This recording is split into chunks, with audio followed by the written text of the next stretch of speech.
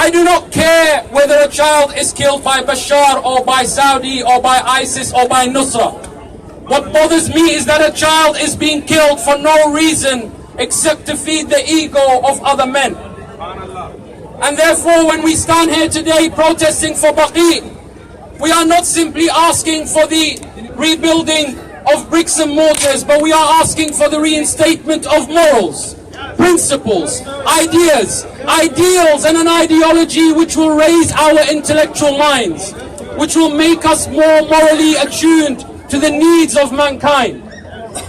And therefore we must not be content with simply protesting for the rights of BAQEE, but we must become the bricks and mortar which will rebuild BAQEE through our intellectual conversations, through our contributions in academic circles, by reaching out to senators and governments and educating them. And I will conclude on this one point. Only recently, less than 3 months ago in St. Louis, Missouri, there was a motion to ban the hijab following, the European countries, and to put a ban on all Muslim congregation.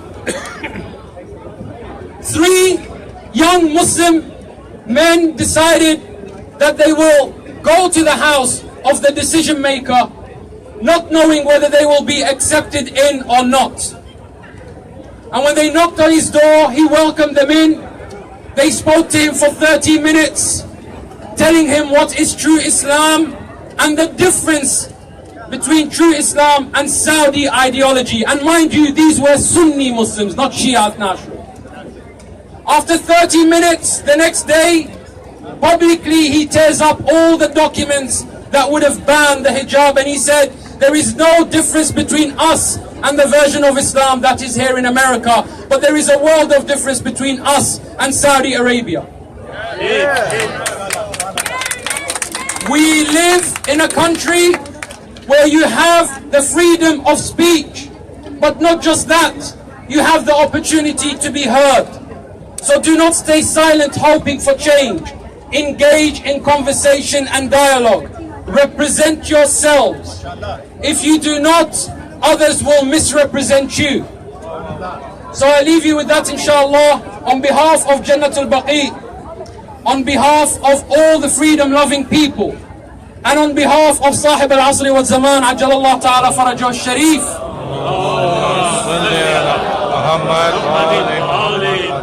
I personally want to thank you all for your efforts, for being here today. And I overheard a conversation which brings much comfort to this heart of mine in the hope for the future. Just moments ago, 2 young boys, I wouldn't give them more than 10 and 12 years of age. One of them said, "It is too hot for us to stand here." The other one responded to him and said, "Well, think about the graves in BAQEE which have nothing over them." For their well-being, sallallahu ala Muhammadin wa ali Muhammad. I would like you all to join me in praying for the well-being of our Imam with Dua Faraj, inshallah, with the loudest of voices if we can begin. Bismillahir Rahmanir Rahim. Allahumma kulli waliyaka al-hujjat ibn al-Hasan salawatuka alayhi wa ala abaihi fi hadhihi as-sa'a wa fi kulli sa'a waliyan wa hafiza wa qaidan wa nasira wa dalilan wa aina hatta tuskinahu arsaka tawwa wa tumatti'ahu fiha tabila. And real quick, I wanted to invite a distinguished scholar to speak here for 5 minutes. I'm going to request Hujjatul Islam Sheikh Hassan Ali Mir to talk about and give his views about Jannatul Baqi. Please welcome him with a loud salawat. Allahumma salli ala Muhammad wa ali Muhammad.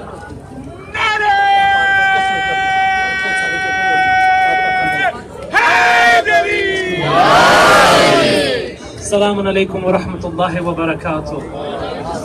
My dear brothers and sisters, can I make one request just one request. I promise I won't make you do this for very long. I'm just asking for 5 minutes.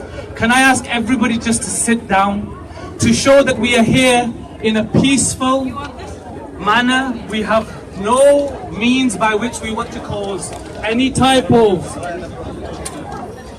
aggravation. We are all peaceful, law-abiding, believing people. Thank you so much. गुजारिश ये है कि सब लोग 5 minute के लिए बैठ जाएं. मुझे पता है आप लोग थके हुए हैं. أرجوكم أن تجلسون مدة 5 دقائق لو سمحتم. If you can just sit down, may Allah bless each and every one of you for coming in this heat. May Allah subhanahu wa ta'ala bless each and every one of you. Allahumma salli ala Muhammad wa ali Muhammad. The aim, my dear brothers and sisters, is a very simple one. We have behind us right now, we have the White House. This is also a heritage. It wasn't built yesterday. It was built with previous generations. It is preserved today. And we respect that preservation, that heritage, that culture. We are also requesting, as human beings, as members of the same human family, that there is a preservation of one of, if not the greatest religion in this world right now. We have 1.1 billion Muslims living in the world today. This community of Muslims has also a heritage. If any one of us right now, whether you are Muslim or non-Muslim, if your forefathers gave you a ring, a bracelet, a necklace, a watch, and it was passed on from generation to generation, it would be extremely dear to us, would it not? Yes. If somebody stole that, broke it, or on a daily basis eradicated it in front of our eyes, how would we feel? Now, we are not talking about a family heritage here. We are talking about our very essence that is being destroyed on a daily basis. If, when we grew up in a house, and as we have grown up older, we want to go back and reminisce, we would knock on the door and we would say, can we have 5 minutes just to walk around our old house? Because you know why? I grew up here, so I want to remember my youth. What we are talking about here, my dear brothers and sisters, is our very essence. The Holy Quran says that the Holy Prophet has more right upon you than you have upon yourselves. And we say, بِأَبِي أَنْتَ وَأُمِّي يَا أَبَا عَبْدِ اللَّهِ. May my mother and father be sacrificed upon you, O grandson, O son of Rasulullah. This is the very essence of what is being destroyed. The household of Rasulullah is being destroyed. The very grave of the mother of Rasulullah is being destroyed. The very family and companions of Rasulullah have been eradicated and destroyed. The very home and reminiscence of Rasulullah has been destroyed. By whom? By a dynasty, a kingdom, a family also, by the name of Al Saud. This dynasty and this family want to preserve its own rights at the expense of that divinely appointed family of Muhammad and Ali Muhammad.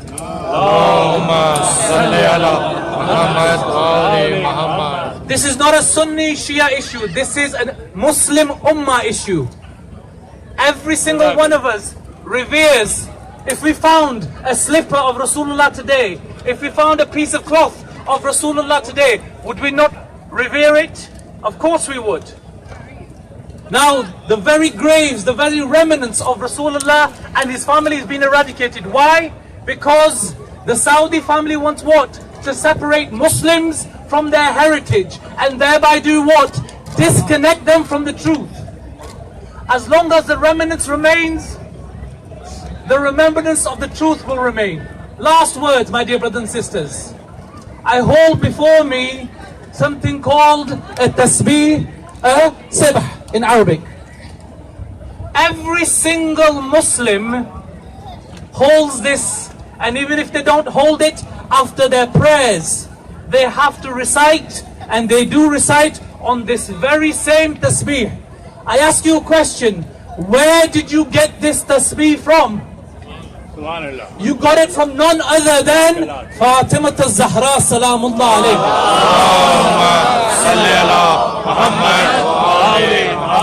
The question I ask you is, every single day when you pray, and you pray upon this very tasbih, you have to remember Fatima al-Zahra. Why? Because she's the one that gave you this.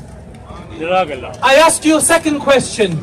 Where is the grave and the remnants of Fatima al-Zahra? The very person that gave you the means by which you can do the glorification of Allah. What have you done with regards to her remnants in this world? We don't even know where she's buried. Why? Because of the oppression that she suffered in her life and continues to suffer today. I ask you, and I leave you with one statement. Al Saud, we don't want you to rebuild BAQEE. You're not worthy. You don't have that tawfiq and success. What we want you to do is free BAQEE. So when we say Al-BAQEE, Al-BAQEE, we don't say rebuild, we say free Al-BAQEE. Al-BAQEE, Al-BAQEE, Free Al-BAQEE. Al-BAQEE, Al-BAQEE, Free Al-BAQEE. Al-BAQEE, Al-BAQEE. Free Al-BAQEE. Al-BAQEE, Al-BAQEE. Free Al-BAQEE. Al-BAQEE, Al-BAQEE. Free Al-BAQEE. أعوذ بالله من الشيطان الرجيم بسم الله الرحمن الرحيم الحمد لله رب العالمين والصلاة والسلام على سيدنا ونبينا محمد. I am here again just to thank you everyone, thank all the volunteers, the organizers, those who came from long distances. May Allah subhanahu wa ta'ala bless you, and may Allah give you the reward. Now we are standing in front of the White House, and this is the last few words that I'm talking to you, and then we'll pray. Inshallah, we'll disperse to come again next year, inshallah. A few minutes ago, you were standing in front of Saudi embassy, and you were asking them to accept your memorandum. They did not accept it. But we, as American Muslims, as American citizens, we are not giving any memorandum, of course, to White House, but we are requesting the White House to listen to us, and to respond to us. And it is that they should, first of all, respect the public opinion here, Americans. And it is what? Few days ago, if you remember, in St. Louis, a Jewish cemetery was vandalized. What happened? Thousands of people raised hundreds of thousands of money to restore that cemetery. Who were those people? American, Muslims and non-Muslims, both. Why?